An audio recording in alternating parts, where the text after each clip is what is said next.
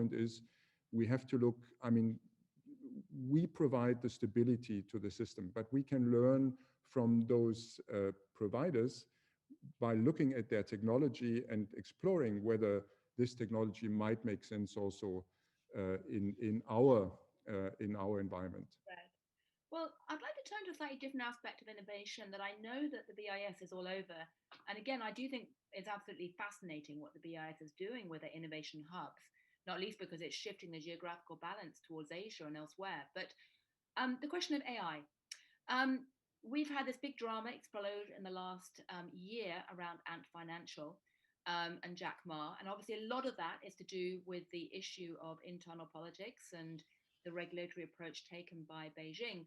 But at the heart of that story is also the question that affects everybody, which is what is going to happen to credit scoring in a world where financial institutions are using AI to make credit judgments to a degree that essentially outstrips the ability of regulators to watch and potentially changes finance very dramatically. Suddenly, central bankers are going to have to become technologists, data companies, and so are private sector banks.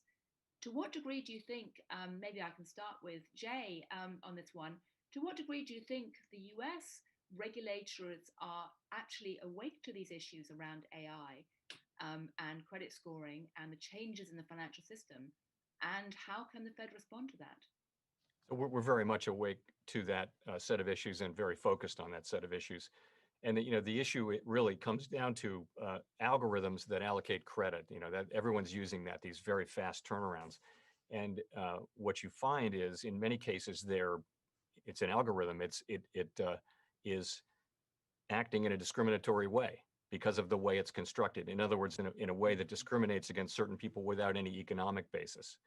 And so, we're very focused on that issue. We've met with, the top data scientists at all of the private companies that are not even ones that are not in the, the financial sector. And we've been working on this for a couple of years now and providing guidance and understanding. And financial institutions do have to understand that their algorithms have to work and have to allocate credit in a way that doesn't discriminate against for non-economic reasons, even inadvertently, because it's an algorithm. It doesn't know what it's doing, but nonetheless, the result can be discriminatory. So it's not an easy issue, but the banks are quite well aware of it, and we are. And as I mentioned, we've got top data science working on it here and in the private sector. What about in Europe, Jens? Is there concern that moving to credit allocation on the basis of AI and other forms of credit scoring is going to create new financial stability threats? I think we're very aware of the issue, and like Jay said, there are those ethical questions, the discrimination that can come with it, but also other financial stability issues that haven't been mentioned so far, which is a dependency on third parties in some aspects of these markets. There's cream skimming that might become an issue with those algorithms. So, and this comes on top of a potential herd behavior, of correlated risks. So there are risks that we are very concerned about. At the same time, those algorithms also present advantages that we should consider. And one of them is, of course, that they also allow access to credit for those with a limited credit history, for instance. They also allow a better risk diversification and risk sharing, if you think of those credit platforms. And basically, they help reducing costs in the banking sector. So at the end of the day, it's about weighing those benefits and costs and making sure that the banks have the proper internal governance mechanisms in place, that they understand the risks and take them into account. Right. One thing I'm curious about, I'd like to bring you in, Augustin, here and ask, Jake observed last week that COVID-19 crisis had accelerated pressure on central banks to collaborate around this, whether it's either the payments issues and trying to get some kind of more global consistency, whether it's talking to each other about how they're going to back some kind of stable coin or deal with these credit scoring questions. I'm curious, Augustin, do you think COVID-19 is going to be an accelerant to these discussions in terms of what the BIS is doing in the Innovation Hub? Yes, I mean, I think COVID-19 changed the world, changed the landscape. Many policies that were implemented, rightfully so, have produced very good results. But the evolution of the crisis itself has led to uneven results. You know, I mean, for example, the incidence of the crisis on some sectors have been much larger than in others. And therefore, I think it is important to consider what are those side effects, and in no matter in which field you are talking about, payments, credit, income, you know, inequality is not conducive to good results and good policies. Therefore, we need to take them into account and level the playing field as much as we can. Therefore, I am convinced that we need to be looking into ways where we can level the playing field, given the instruments we have. And we need to have a balanced approach. I mean, I think going back to the discussion we just had about the algorithms, I think that the point that Jens made, that the algorithms have also good aspects, is very valuable. We have written a paper here, the very good paper in the BIS, that basically makes the point that the data can substitute for collateral. And oftentimes people cannot get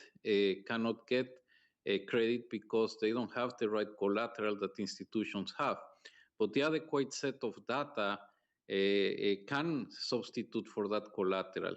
So we have to think also creatively how those algorithms can be incorporated, without forgetting that an algorithm is code with opinions. I would say it's code with cultured training, and someone who's trained as an anthropologist.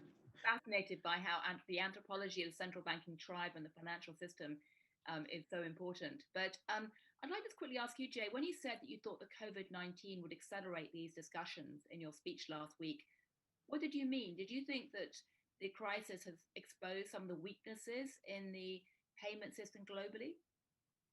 Yes, so I would say maybe in three ways. First, at the absolute acute phase of the crisis, there was a need to get support payments to people quickly. And you know, our regular way payment system, which gets things there in a few days, was challenged to deliver massive millions and hundreds of millions of payments really quickly. And there was a sense that people were, and you could see spending pick up immediately after the payments arrived. So people were really, with their companies closed down and on furlough, they were in need of quick payments. So speed is one thing. Another thing just is people need to be able to access the financial system remotely, because people weren't going to banks. And so that's important. The third thing is what Augustine said, which is it highlighted across a whole range of things the disparate impact of so many things on poor, lower, moderate income communities. And in particular here, it highlights the importance for greater inclusiveness in our financial system. People who are less likely to have remote access to their financial services and in dire need of quick support at times. So I think it underscores what is already a high priority for us, which is the need to have more inclusive payment system and a more inclusive economy. Right, thank you. Well, thank you to all of you for a very interesting discussion. Frankly, I think we could talk for another hour at least, because there are so many huge issues raised here. And that's not surprising in a way, because we are seeing an extraordinary confluence of innovation and finance right now. It really is quite a historic moment, made more intense, potentially more angst-ridden, by the degree of political upheavals, by the degree of changing patterns of globalization, and by the rising expectations that the public have when they look to central bankers. So you have your work cut out in the coming years, to put it mildly. I commend the BIS Innovation Hub for trying to grapple with these issues.